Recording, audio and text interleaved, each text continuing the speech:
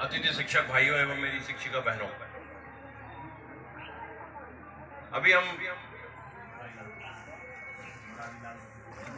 मुरारीलाल वशिष्ठ जी का हृदय का जो उनका दर्द है वो सुन रहा था।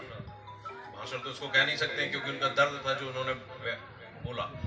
उन्होंने शब्दों में एक चीज और बोली कि भैया 2-3 साल से अज्ञातवास में थे। अज्ञातवास में नहीं था मैं सदैव आप लोगों के लिए कंधे, जब कोविड का टाइम था उसके बाद भी मैं रथ यात्रा लेके ग्वालियर, गुना और वहां पे घूम रहा था आप लोगों के हित के लिए। जब हर आदमी स्वयं अतिथि शिक्षक घर में घुसा हुआ था तब मैं आप लोगों के लिए संघर्ष कर रहा था।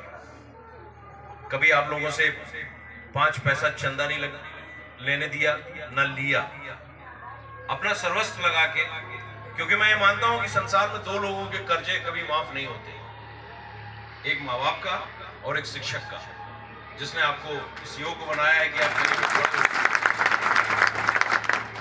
वो आपको इस योग्य बनाता है।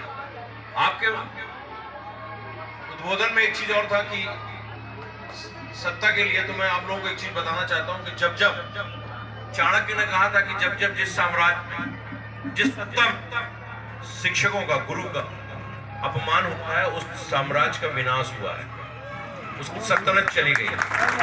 आप जीता जाता उदाहरण देखिए कि अगर महापंचायत के लिए बुलाया और झूठे वादे किए और झूठे घोषणाएं की, तो उसका अंजाम क्या था कि 168 सीट आने के बाद ही मुख्यमंत्री पद से विहीन हो गए, सत्ता से गिर गए।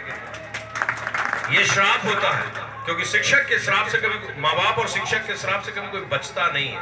मेरा मानना यह, इस संसार में अगर माँ बाप और शिक्षक का आशीर्वाद आपके साथ है, सर्वप्रथम माँ बाप जिन्होंने आपको इस धरती में जन्म दिया, आपको इस योग्य बनाया कि आप कुछ कर सको जीवन में। आज मेरे माँ बाप ने मुझे इस योग्य बना के खड़ा किया कि मैं आप लोगों की लड़ाई लड़ सकूं।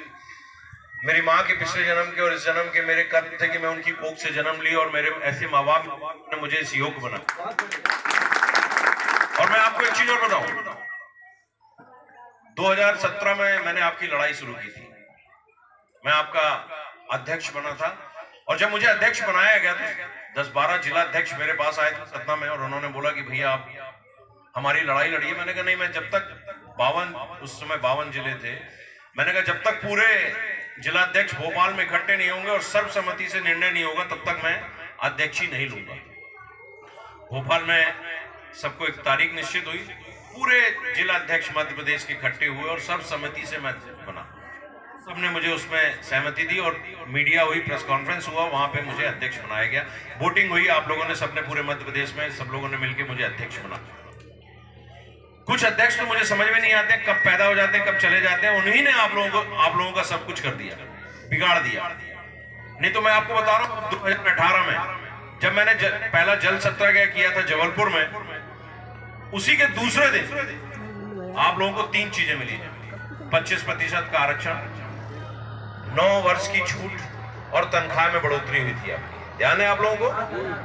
जिस दिन मैं नर्मदा जल में बैठा था उसके दूसरे दिन आपको मिला। जब मैं टंकी में चढ़ा, हाहाकार मच गया पूरे मध्य प्रदेश में। अतिथि शिक्षकों की नियमितीकरण की बात चलने लगी हर मंच पे। हर मुख्यमंत्री, चाहे वो भाजपा का हो चाहे कांग्रेस का हो, अतिथि शिक्षकों का नाम लेना शुरू कर दिया था।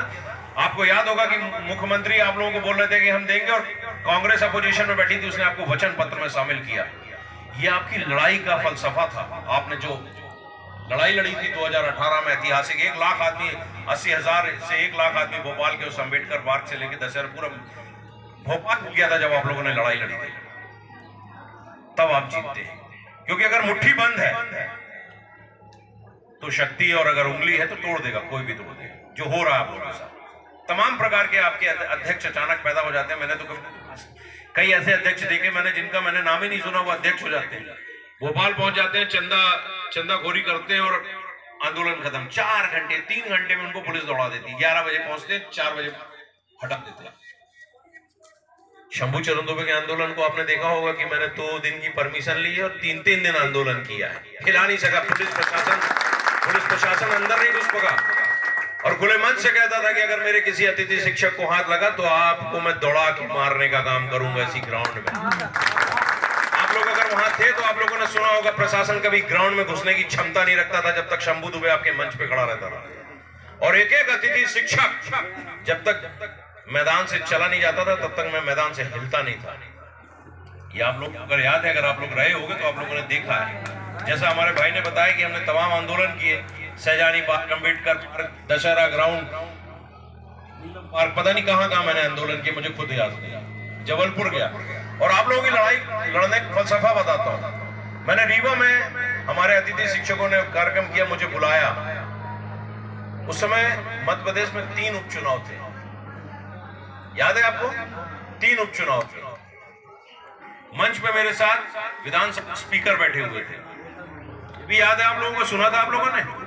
मैंने मंच से उनसे कहा था कि अगर हमारे अतिथि शिक्षक आपने नियमित नहीं किए तो मैं रैगांव चुनाव हराने का काम करूंगा और 10 से 15 हजार के बीच में आप हारोगे। और वो हारे थे।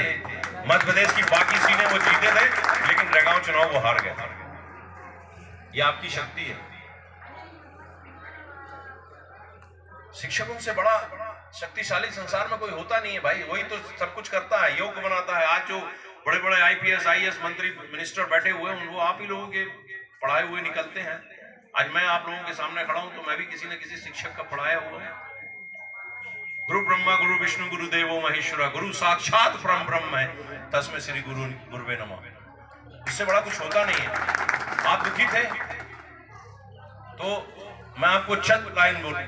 कृष्ण ने साफ कहा, आप लोगों को भी बोलना चाहता हूं, आप लोग शिक्षक हो। कृष्ण ने साफ कहा है, कर्म तुम्हारा कल होगा, कर्म तुम्हारा कल होगा।